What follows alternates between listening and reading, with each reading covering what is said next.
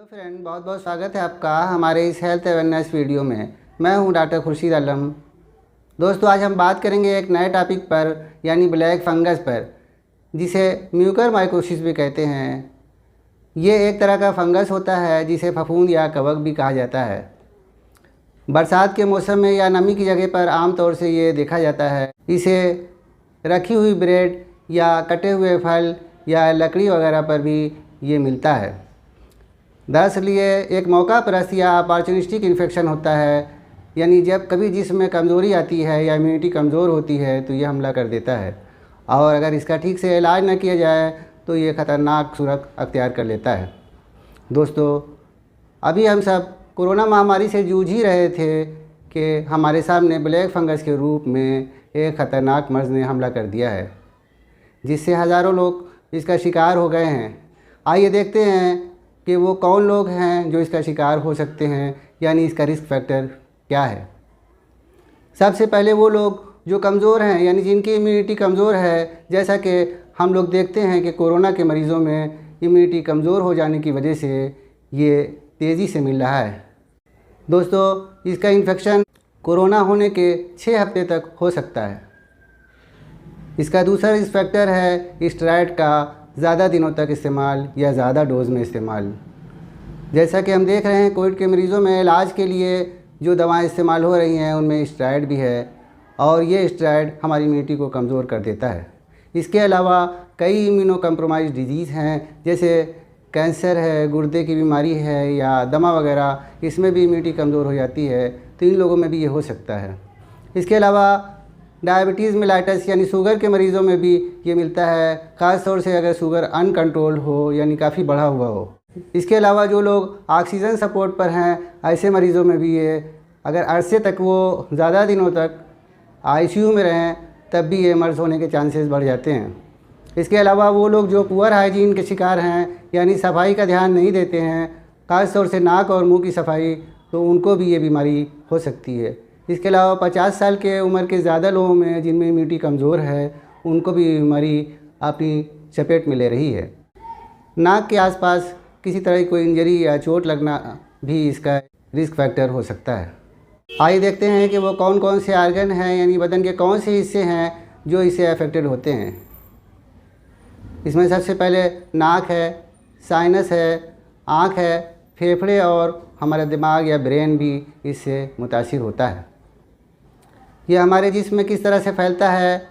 सबसे पहले ये नाक या मुंह के ज़रिए साइनस में, लंग्स में या ब्रेन में दाखिल होता है, और वहाँ पर ब्लड वेसल्स को ब्लॉक कर देता है, जिससे वहाँ की ब्लड सप्लाई रुक जाती है और वहाँ के टिश्यू मुर्दा हो जाते हैं। ये ब्लैक फंगस के ग्रोथ के लिए एक सूटेबल मीडिया हुआ करता है। अब दोस्तों, देखते हैं कि इसकी पहचान कैसे करेंगे, यानी इसके लक्षण क्या हैं।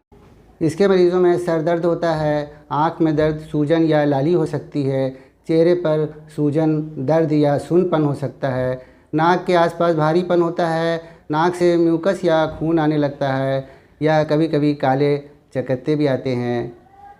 इसके अलावा दांत में दर्द, सूजन हो जाता है, दांत हिलने लगते हैं, जबड़ों में भी दर्द और सूजन हो जाती है, और अगर ये फंगस सांस के रास्ते लंग्स में दाखिल हो गया है तो उससे खांसी, बुखार, सीने में दर्द और सांस लेने में दिक्कत तक हो सकती है। अब दोस्तों, देखते हैं कि इससे बचाव कैसे करें, यानी इसका प्रिवेंशन क्या है, ताकि हम इसके रिस्क फैक्टर को कम कर सकें और इस मर्ज़ से बच सकें। सबसे पहले इसके प्रिवेंशन या हिफाजत के लिए मास्क लगाना बहुत ज़रूरी है, ताकि हम इसकी एंट्री को रोक सकें। दोस्तों, ध्यान रहे कि मास्क रोज़ाना बदला जाए, यानी डिस्पोजेबल इस्तेमाल किया जाए, या इसे धोकर अच्छी तरह से धूप में सुखा लिया जाए, ताकि इन्फेक्शन का ख़तरा कम से कम हो, क्योंकि ये नमी में इसकी ग्रोथ ज़्यादा होती है। दूसरे, प्रॉपर हाइजीन का ख्याल रखा जाए, यानी साफ़ सफाई पर ध्यान रखा जाए, खुसूसन नाक और मुंह की सफाई, यानी नेज़ल और ओरल दोनों सफाई। अपने आसपास की सफाई और हाइजीन पर भी ध्यान दिया जाए, ग़िज़ा ताज़ी इस्तेमाल की जाए, कपड़े रोज़ चेंज किए जाएँ। मुंह की हाइजीन के लिए, जहाँ से ये सबसे ज़्यादा एंट्री होती है, इसके लिए तुलसी, हल्दी और मुलेठी का जो शांदा या काढ़ा बनाकर इसे कुल्ली करना, गार्गल करना, काफ़ी फ़ायदेमंद साबित होता है। इसके अलावा नाक की हाइजीन के लिए, नाक की सफाई के लिए नीम की पत्ती पानी में उबाल कर नाक की सफाई करना चाहिए।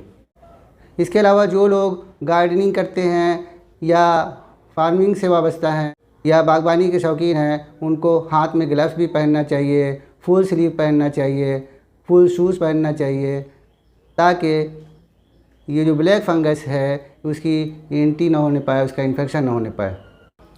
इसके बाद इम्यूनिटी को बढ़ाने की पूरी कोशिश करनी चाहिए।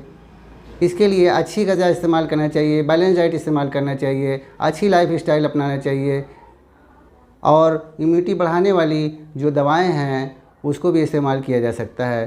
प्रॉपर स्लीप लें, पूरी नींद लें, एक्सरसाइज करें, कुछ योगा और मेडिटेशन भी कर सकते हैं ताकि हमारी इम्यूनिटी बढ़ी रहे और हम इस बीमारी से महफूज रह सकें। एक चीज़ और एहतियात की है कि कोई भी दवा बगैर डॉक्टर के मशवरे से नहीं लेना चाहिए, यानी सेल्फ मेडिकेशन नहीं करना चाहिए। ख़ास तौर पर स्टेरॉइड का इस्तेमाल ज़्यादा खुराक में या ज़्यादा अरसे तक बिल्कुल नहीं लेना चाहिए। डायबिटीज़ के मरीज़ों में शुगर को कंट्रोल रखना चाहिए। इसके लिए मरीज़ का रेगुलर चेकअप होना चाहिए, ग़िज़ा में परहेज़ ज़रूरी है और डॉक्टर के ज़रिए दी गई दवा बराबर इस्तेमाल करना चाहिए और उसके मशवरे पर अमल करना चाहिए ताकि इम्यूनिटी कमज़ोर ना हो और बदन पर फंगस का अटैक ना हो। बदन में पानी की कमी भी नहीं होना चाहिए, यानी हाइड्रेशन को मेंटेन करना चाहिए। इसके लिए पानी, जूस या फल और ऐसी चीज़ें जिनके अंदर पानी ज़्यादा है वो लेते रहना चाहिए ताकि बदन के अंदर खुश्की ना आए, ड्राइनेस ना आए। ऑक्सीजन सपोर्ट वाले मरीज़ों में ऑक्सीजन थेरेपी में इस्तेमाल होने वाली जो बोतल है उसके अंदर स्टेराइल वाटर का इस्तेमाल करना चाहिए जिससे इन्फेक्शन की चांसेस को कम किया जा सके। और जैसे ही ब्लैक फंगस की अलामात मालूम होते हैं, लक्षण ज़ाहिर हों, वैसे डॉक्टर से फ़ौरन मशवरा करना चाहिए। इसको टालना नहीं चाहिए। ज़रूरत हो तो विशेषज्ञ की सलाह लेना चाहिए, स्पेशलिस्ट की, जैसे ENT स्पेशलिस्ट, चेस्ट स्पेशलिस्ट या सर्जन की सलाह ज़रूर लेना चाहिए। इसके अलावा मेडिकल एक्सपर्ट्स और गवर्नमेंट के ज़रिए बनाई गई गाइडलाइन और मशवरे को पूरे तौर पर फॉलो करना चाहिए और उस पर अमल करना चाहिए। दोस्तों, आप इस वीडियो को अपने दोस्तों, रिश्तेदारों और करीबी लोगों को ज़रूर शेयर करें, ज़रूर बताएं ताकि आप और सभी लोग इस ख़तरनाक मर्ज़ ब्लैक फंगस का शिकार होने से बच जाएं। शुक्रिया, धन्यवाद।